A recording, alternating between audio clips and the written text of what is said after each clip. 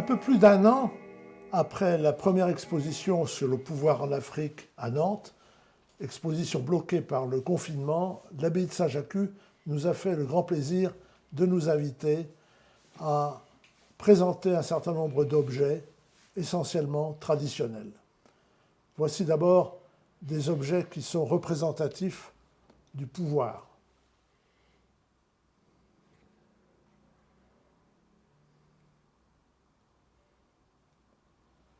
On est ici au Bénin.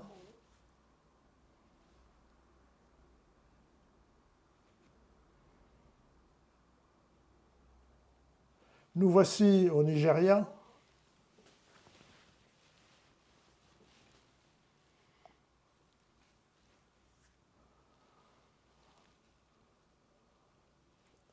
Il existe deux sortes d'organisation du pouvoir en Afrique subsaharienne. Il y a des royaumes et des empires qui existaient dès avant l'empire du roi Saint-Louis en France, il faut le savoir. Il existait aussi des organisations sociales différentes, sans État, des organisations essentiellement basées sur le lignage. Le pouvoir du prêtre Ogon est un pouvoir important. Voici une coupe Ogon, c'est un prêtre qui est un chef religieux, spirituel et politique du village. Le pouvoir de la parole est également représenté par ces terminettes lélées de République démocratique du Congo. Regardez le fer qui sort de la bouche de cette représentation anthropomorphe. Il est intéressant également de considérer les chefferies Bamileke du Cameroun. Ces chefferies sont sous l'autorité d'un roi, le Faux. Donc voici un tabouret royal. Il existe également des trônes, mais ce tabouret est particulier parce qu'on voit des têtes d'ennemis décapités. Il existe également un fouet de danse avec une queue de cheval. Le Faux le lançait dans la foule lors des cérémonies rituelles.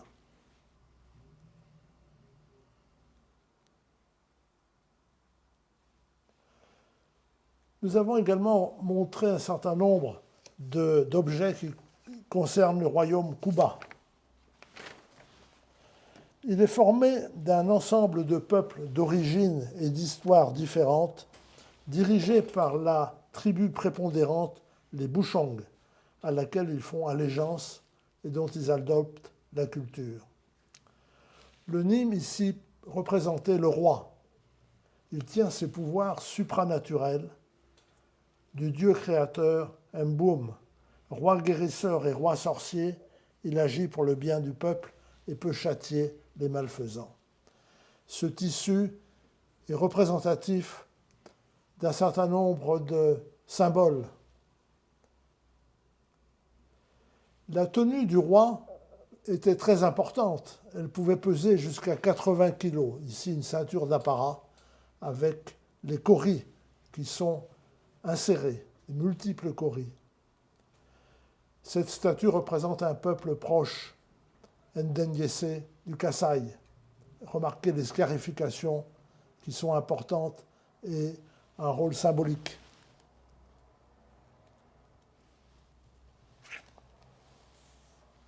Nous avons ici le masque Boum, Bushong, qui serait le plus ancien de la triade des masques royaux Kuba. Il aurait été introduit au XVIIe siècle.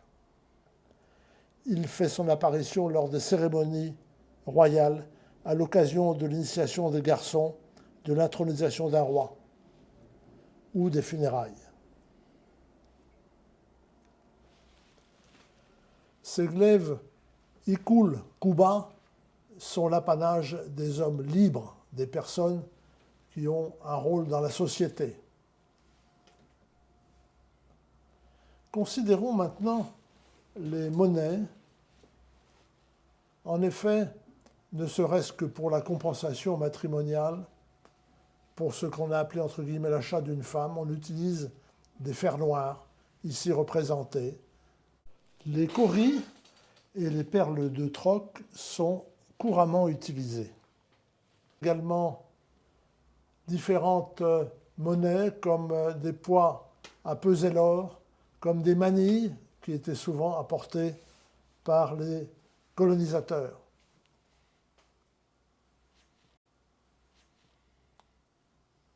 Quelques objets particulièrement intéressants, dont cette arme fossile de prestige Mangbetu du Congo.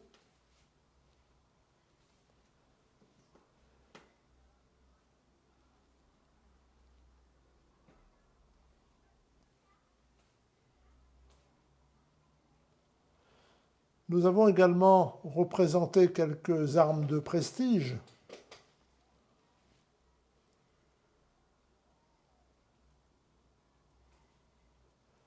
Un peu en arrière, vous voyez un sceptre Songye, et devant vous, un tibia d'éléphant sculpté qui représente toutes les scènes des Yoruba, du royaume Yoruba.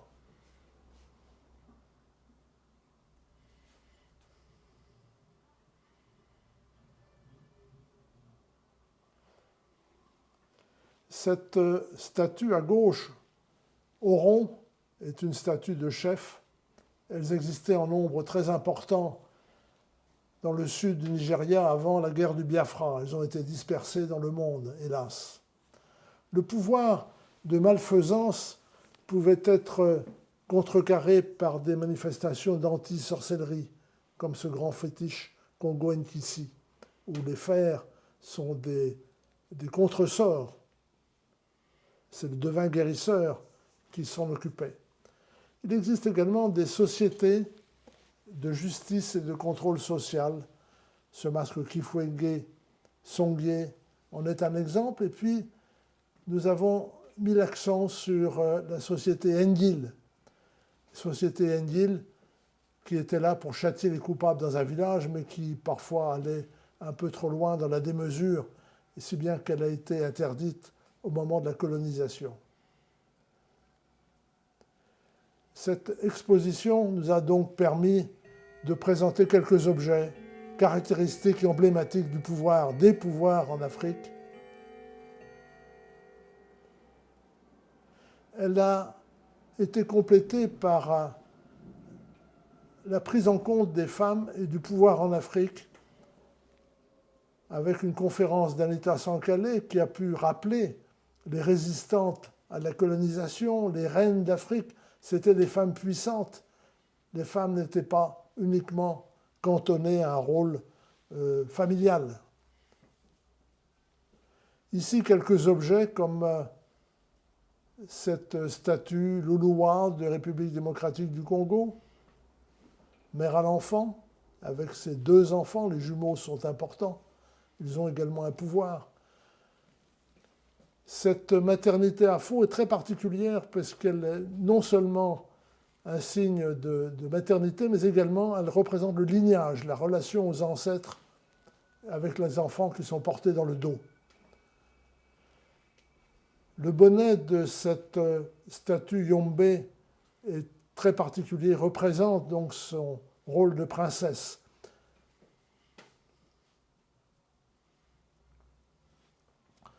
Et voici maintenant une magnifique collection de masques glédés du Bénin de Jean-Yves Augel. Elles sont utilisées dans des cérémonies rituelles qui font partie maintenant du patrimoine de l'UNESCO, du patrimoine immatériel de l'UNESCO. Quelques exemples de ces masques portés, et d'ailleurs par des hommes, masques articulés, qui représentent tous les aspects de la vie quotidienne.